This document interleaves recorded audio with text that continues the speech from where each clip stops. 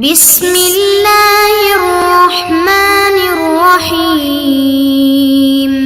السلام علیکم معزز طلباء کرام، آپ سب کیسے ہیں؟ آج ہم نور الانوار کے سبق نمبر 184 کو پڑھیں گے۔ آج کے ہمارے سبق کا عنوان ہے کلمہ من کے عام ہونے پر تفریح۔ آج کے ہم سبق میں، چونکہ گزشتہ سبق میں ہم نے من اور ما کے حوالے سے ہم پڑھ رہے ہیں کہ یہ عموم پر دلالت کرتے ہیں یا خصوص پر دلالت کرتے ہیں، تو اس حوالے سے کلمہ من جو ہے یہ عام پر دلالت کرتا ہے۔ اس حوالے سے تفریعاً ایک مسئلہ مصنف علیہ رحمہ بیان فرماتے ہیں جو آج ہم سمجھنے کی کوشش کرتے ہیں، ایک مثال سے سمجھائیں گے۔ تو مصنف علیہ رحمہ لکھتے ہیں فَإِذَا قَالَ مَنْ شَاءَ مِنْ عَبِيدِ الْعِتْقَ فَهُوَ حُرٌّ فَشَاءُوا عَتِقُوا جَمِيعًا۔ فرمایا کہ جب کسی شخص نے یہ کہا کہ میرے غلاموں میں سے جس نے آزادی کو چاہا تو وہ آزاد ہیں، پس ان سب نے چاہ لیا تو سب آزاد ہو جائیں گے۔ تفریع لکون کلمۃ من عامۃ، یہ تفریع ہے اس بات پر کہ کلمہ من عام ہے۔ وذالک لأن معناہ کل من شاء العتق من بین عبیدی فہو حر، اور یہ اس لیے کہ اس کا مطلب یہ ہے کہ ہر وہ شخص جو آزادی چاہے میرے غلاموں میں سے تو وہ آزاد ہے۔ وکلمۃ من فی نفسها عامۃ، اور کلمہ من فی نفسها یہ عام ہے، وصفت بصفت عامۃ، اور اس کو ایک عام صفت سے متصف کیا گیا، وہی المشیت، اور وہ صفت مشیت ہے۔ ومن يحتمل البیان فإن شاء الكل لا بد ان يعتقوا جميعا عملا بعموم کلمۃ من، اور جو ومن يحتمل البیان، اور جو بیان کا احتمال رکھتا ہے تو پس اگر سارے کے سارے چاہیں تو ضروری ہے کہ وہ سارے آزاد ہوں من کے کلمہ عموم پر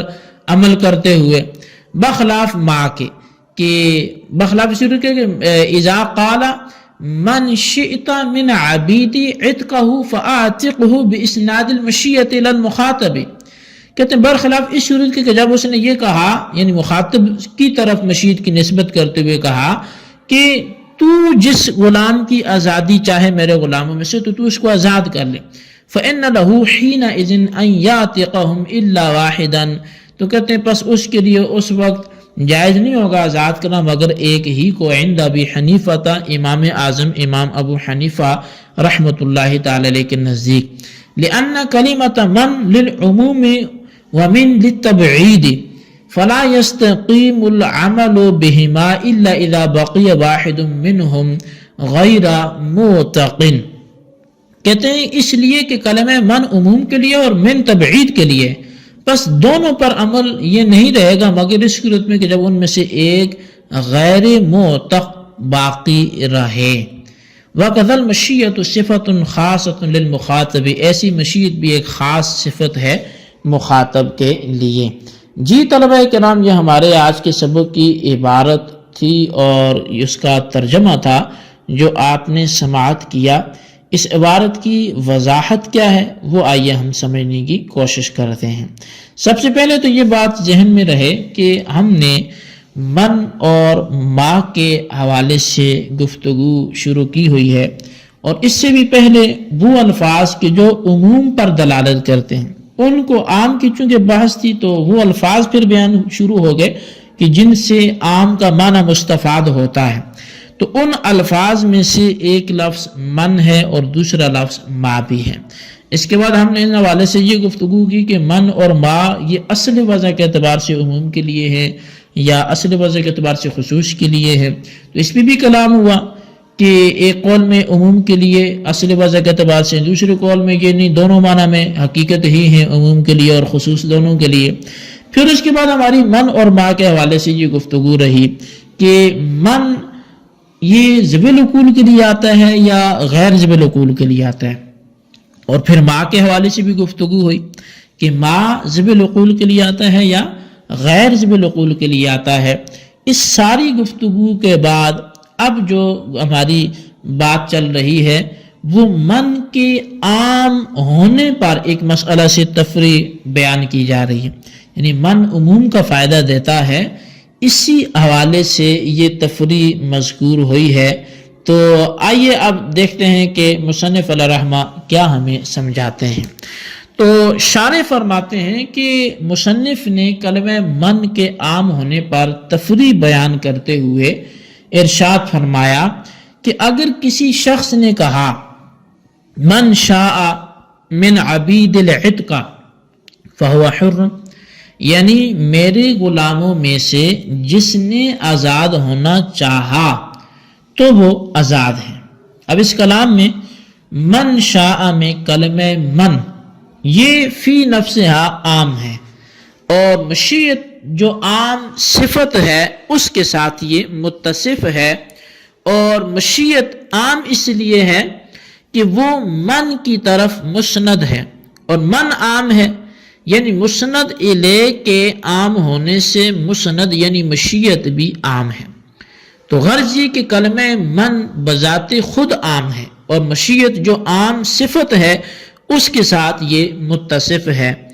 اور رہا من عبیدی کا من، تو اس میں تبعیض کے معنی شائع اور ضائع ہیں،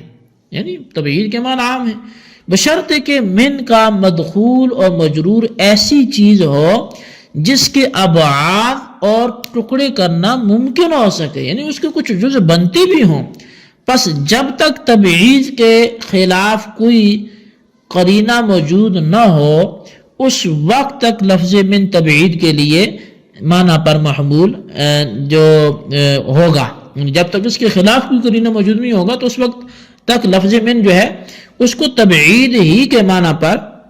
محمول کیا جائے گا۔ لیکن یہاں متن کے مسئلہ میں تبعید کے خلاف قرینہ موجود ہے، اس طور پر کہ مشیت کلمہ من کی طرف منسوب ہے، اور کلمہ من الفاظ عموم میں سے ہے، لہذا مشیت جو صفت عام ہے، ایک عام صفت ہے، وہ بھی عموم کے معنی کو مؤکد کر دیتی ہے اور پختہ کر دیتی ہے۔ پس مشیت وصف عامہ کے قرینہ کی وجہ سے یہ بات ثابت ہو گئی کہ من عبیدی کا من تبعیض کے لیے نہیں ہے بلکہ بیان کے لیے ہے، اور اس جگہ تبعید کے معنی متروک ہیں اور وہ چھوڑ دیے گئے ہیں، اور اس صورت میں مطلب یہ ہوگا کہ میرے جن غلاموں نے آزادی کو چاہا وہ سب آزاد ہیں۔ اب اگر اس کے تمام غلام اپنی آزادی کو چاہیں، اس کے تمام غلام اپنی آزادی کو چاہیں تو کلمہ من کے عموم پر عمل کرتے ہوئے اس کے سارے غلام آزاد ہو جائیں گے۔ اس کے برخلاف اگر کسی نے اس طرح نہیں کہا بلکہ اس نے کس طرح کہا، اگر کسی نے یوں کہا، کسی شخص کو مخاطب کر کے کسی نے اگر اپنے غلاموں کے بارے میں یوں کہہ دیا کہ من شئت من عبیدی اتقہ فاعتقہ، من شئت تو جسے چاہے، یعنی تو میرے غلاموں میں سے جس کو آزاد کرنا چاہے، من شئت عتقہ، اصل مفعول اس کا من شئت کا عتقہ، جس غلام کا، من عبیدی میرے غلاموں میں سے جس غلام کو تو آزاد کرنا چاہے تو فاعتقہ، تو اس کو آزاد کر دے، یعنی اپنے غلاموں کی آزادی کو مخاطب کی مشیت پر معلق کیا ہے۔ تو اس صورت میں حضرت امام اعظم امام ابو حنیفہ رحمۃ اللہ تعالی علیہ نے فرمایا کہ مخاطب کسی ایک غلام کے علاوہ تمام غلاموں کو آزاد کرنے کا مجاز ہے، یعنی مخاطب نے اگر بالترتیب غلاموں کو آزاد کیا تو سارے غلام آزاد ہو جائیں گے سوائے اس غلام کے جس کو سب سے آخر میں آزاد کیا ہے، یعنی آخری غلام آزاد نہیں ہوگا۔ اور اگر مخاطب نے تمام غلاموں کو یک بارگی آزاد کیا تو سوائے ایک غلام کے سارے غلام آزاد ہو جائیں گے، اور اس ایک غلام کو متعین کرنے کا اختیار وہ مولا کو ہوگا۔ اور صاحبین رحمۃ اللہ تعالیٰ نے فرمایا کہ مخاطب کو یہ اختیار حاصل ہے کہ وہ بلا استثناء تمام غلاموں کو آزاد کر دے، اور اس پر صاحبین کی جو دلیل ہے وہ یہ ہے کہ اس صورت میں من شئت میں جو مذکور کلمہ من ہے اس کے عموم پر عمل ہو جائے گا، اور ان کے نزدیک من عبیدی کا من بیان کے لیے ہے۔ اور امام اعظم امام ابو حنیفہ رحمۃ اللہ تعالی علیہ کی دلیل یہ ہے کہ مثال مذکور میں کلمہ من عموم کے لیے ہے اور من تبعیض کے لیے ہے، کیونکہ یہاں تبعید کے خلاف کوئی قرینہ موجود نہیں ہے، اور تبعید کے خلاف قرینہ اس لیے موجود نہیں ہے کہ من شئت میں مشیت خاص طور پر مخاطب کی طرف منسوب ہے، اور جب مشیت خاص یعنی مخاطب کی طرف منسوب اور عام کی طرف منسوب نہیں ہے، جیسا کہ من شاء میں مشیت عام کی طرف منسوب تھی، تو من شئت میں من عبیدی میں عموم مؤکد نہیں ہوگا، تو جب من شئت من عبیدی میں عموم مؤکد نہیں ہوگا تو من عبیدی کے من کو تبعید کے خلاف معنی پر محمول کرنے کے سلسلے میں ہمارے پاس کوئی قرینہ بھی نہیں ہوگا، اور جب تبعید کے خلاف کوئی قرینہ موجود نہیں ہے تو اب پھر یہ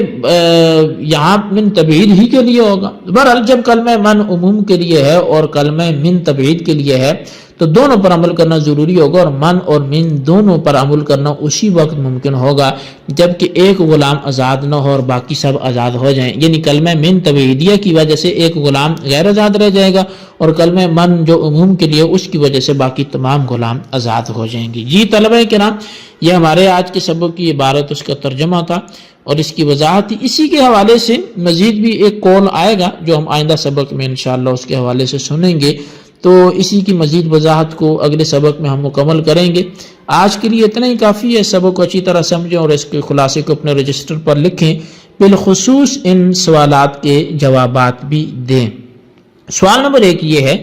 کہ من شاء من عبید العتق فہو حر کا کیا حکم ہوگا، اس کی وضاحت تحریر کریں۔ اور سوال نمبر 2 یہ ہے کہ من شئت من عبید العتق فآتقہ، اس مثال میں کیا حکم ہوگا، امام صاحب اور صاحبین دونوں کے ہاں جو اختلافی ثمرہ ہے وہ بھی واضح کریں۔ اللہ تبارک و تعالیٰ سے دعا ہے جو کچھ ہم نے پڑھا سنا سے یاد رکھنے کی توفیق نصیب فرمائے، آمین بجاہ نبی الامین صلی اللہ علیہ وسلم۔